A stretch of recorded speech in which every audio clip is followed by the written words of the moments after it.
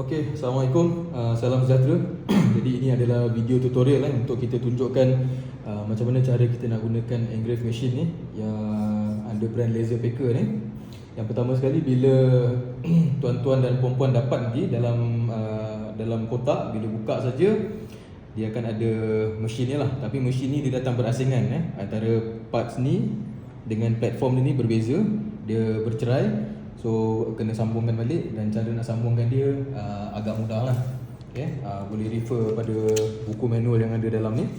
Jadi tunjukkan cara nak pasang antara laser punya parts ni dengan dia punya platform ni serta tapak dekat bawah ni. Tapi yang pertama sekali, apa yang perlu dibuat adalah download dia punya apps ni melalui scan QR code ni. So download dia punya apps ni, nanti semua cara beroperasi, cara menggunakannya perlu menggunakan ataupun perlu melalui apps tu lah. Okay? Jadi download dulu apps tu. Sebaik saja kita download. Ini adalah dia punya apps Laser Packer warna kuning ni. Okay? Bila kita buka macam ni lah dia punya interface dia. Okay? Tapi yang kita nak tunjukkan kat sini adalah yang paling penting sekali, cara menggunakan mesin ni adalah untuk setting dia punya laser marking dia lah. Sebab laser marking tu kalau tak setting dengan betul, mesin ni dia takkan boleh berfungsi dengan sepenuhnya lah. Jadi sebaik saja dah pasang 3 parts ni, 1, 2 dan 3 ni. Perkara kedua yang perlu dibuat adalah pasang dia punya tapak ataupun base dia. So dekat sini ada dua, tuan-tuan dan puan-puan akan dapat dua nanti. Satu, dia punya platform dia ni berbentuk L macam ni. Okey, mana kita boleh pasang ikut kesesuaian yang kita nak, dan device akan diletakkan dalam tu lah. Tapi kami mengesyorkan untuk menggunakan base jenis yang ini. Okey, tapak jenis ini yang mana ada tulisan nanostick ni. Okey, jadi boleh letak dekat sini dan boleh di-screwkan lah. Yang kuning ni adalah nut ni adalah dia punya screw dia supaya dia tak bergerak ke mana-mana. Tapi itu pun bergantung, dia agak subjektif. Sebab kadang-kadang kita rasa lebih baik tak perlu untuk kita ketatkan di sini lah, supaya kita boleh adjust dia punya posisi dia ni ikut kesesuaian masing-masing. Tak ada masalah, nak screw kan boleh, tak nak pun boleh. Nanti kita akan tunjukkan kenapa. Okay? So bila dah ada semua ni, perkara yang seterusnya perlu dibuat adalah untuk pasangkan. Dia bekalkan juga sekali dengan USB kabel ni. Okey, jadi USB kabel ni perlu dipasangkan. Saya tunjuk contoh ya. Okey, USB kabel ni perlu dipasangkan di satu di bahagian laser, dan kedua di bawah di bahagian platform untuk selaraskan dia punya kedudukan tu.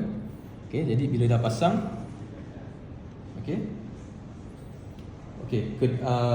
bahagian yang laser ni dia boleh diselaraskan melalui dia punya controller ni lah. Contohnya bila kita tekan, dia akan turun ke bawah. Okey, bila kita tekan button yang di atas, yang ini dia akan naik ke atas lah. Okey, kenapa perlunya naik turun ni? Apa fungsi dia adalah untuk betulkan dia punya setting dia punya laser marker tu lah. Dekat atas bahagian laser ni ada satu button, kalau kita tekan, dia akan keluar dot merah dekat bawah tu. So dot merah kat bawah tu adalah penting, sebab itu adalah marking untuk di mana kita letakkan device kita, di bahagian mana device tu untuk kita keluarkan nama ataupun engrave lah. Jadi apa yang penting kat sini adalah kalau kita setting tak betul, contoh macam sekarang saya tinggikan platform ni, kita perhatikan dekat bawah ni dia ada dua dot warna merah. Satu, dua. Kita perlu ubah setting bahagian laser ni supaya dot merah tadi tu hanya jadi satu saja. Sebab apa? Sebab kalau dia dua dot merah, dia takkan boleh tembak dia punya laser dekat dia punya device. Dia kena satu saja. Macam mana cara nak satukan adalah tekan button dekat atas ni supaya bahagian laser ni akan turun ke bawah. Turun ke bawah sampailah dot merah tu dia jadi satu sahaja. Bila nampak dah satu, kita stop. So kita boleh nampak dot merah tu tinggal satu. Jadi bila dah satu tu, apa-apa info file yang kita hantar daripada phone kita ke mesin ni dia boleh proses lah, dan dia boleh keluarkan dia punya laser tu lah. Jadi lepas dot merah ni dah selesai, jadi satu saja, Okay, yang seterusnya adalah kita letaklah kita punya device. Okay, letak kita punya device kat sini, slot in kat sini. Okay, yang di sini adalah okay, itu masih 2 merah, maksudnya masih tak betul lagi. Jadi kita adjust lagi controller dia.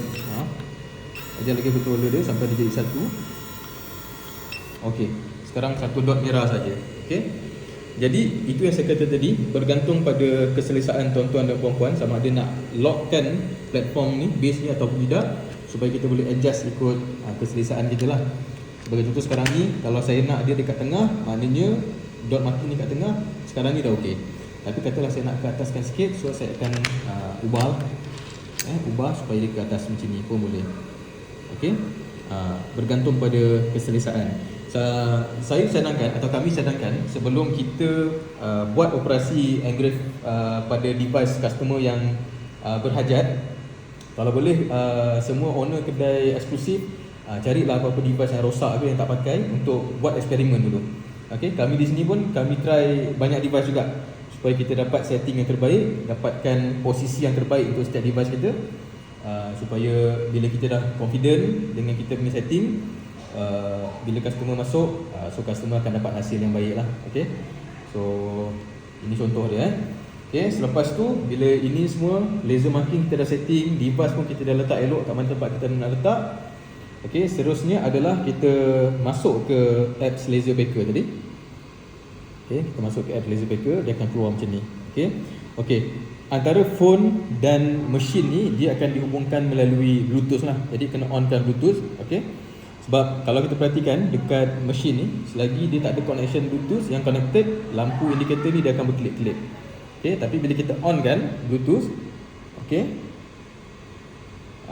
bila dia dah dapat detect kita punya phone nanti, lampu berkelip-kelip ni dia akan konsisten menyala lah.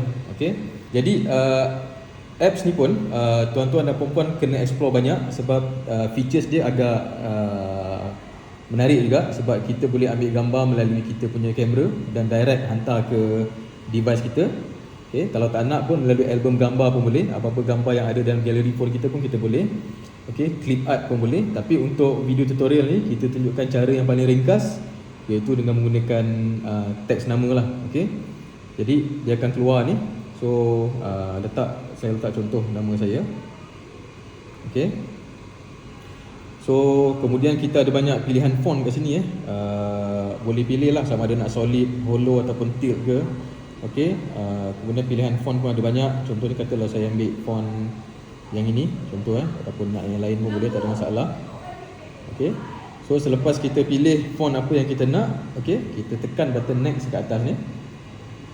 So itu adalah bentuk font yang akan keluar dekat kita punya device lah. Okey, kemudian sizing dia. Okey, setakat ni melalui eksperimen kami, sizing yang agak selesa dan agak okey untuk kita pakai adalah lebih kurang dalam 18, 19 ke 20 mm sebab kalau besar sangat nanti dia akan terkeluar lah daripada device kita tu. So saya ambil contoh 20 mm. Okey, kemudian tekan button next. Okey, ni device is not connected, disconnect sebab tadi kita tak sambung dengan Bluetooth lah. Sebab tu indikator dekat sini dia masih berkelip-kelip. So bila kita confirmkan saja, okey, tekan kat situ connected. Okey, yang ni kita stop dulu. Kalau sebelum ni kita pernah buat untuk device lain. Okey, so sekarang dia dah konsisten, dia tak berkelip-kelip lagi. Maknanya antara phone dan juga mesin ni dah dihubungkan lah. Okey, so sambung, kita tekan button next dekat bawah. Okey, so enter size balik. Tadi dia dah terpadam. Okey, next. Okey, file in transit. Maksudnya sekarang file ni tengah dihantar ke mesin ni. Okey, kemudian dia akan keluar setting ni. Kita boleh pilih metal oxide dia ada banyak sebenarnya, plastik, silikon dan sebagainya, tapi untuk device nanostate ni kita pilih metal oxide lah. Confirm. Okey, automatic yang lain-lain tu dia akan pilih sendirilah. Contohnya kalau kita nak ubah depth tu pun, kita nak ubah pergi 20% pun, nanti material tu dia akan pergi custom. Okey, so untuk kita punya device ni saya cadangkan kita guna terus metal oxide ni yang paling sesuai sekali. Okay, automatic yang lain tu dia akan auto pilih. Kemudian tekan button start. Okay, bila tekan button start dia akan keluar ni. Ini timer dia lah, kita boleh skip ataupun nak tunggu pun tak apa. kemudian dia akan keluar warning ni. Warning ni sebab setiap kotak yang sampai ni dia akan hadir atau dia akan dibekalkan sekali dengan sunglasses protector untuk security terpulanglah, nak pakai pun boleh untuk keselamatan, kalau tak nak pun tak apa. So kita tekan button yes. Okey, so sekarang ni dia sedang aktif.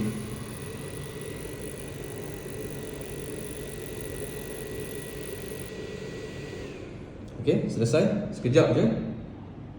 Okey. Jadi ini adalah hasil dia lah.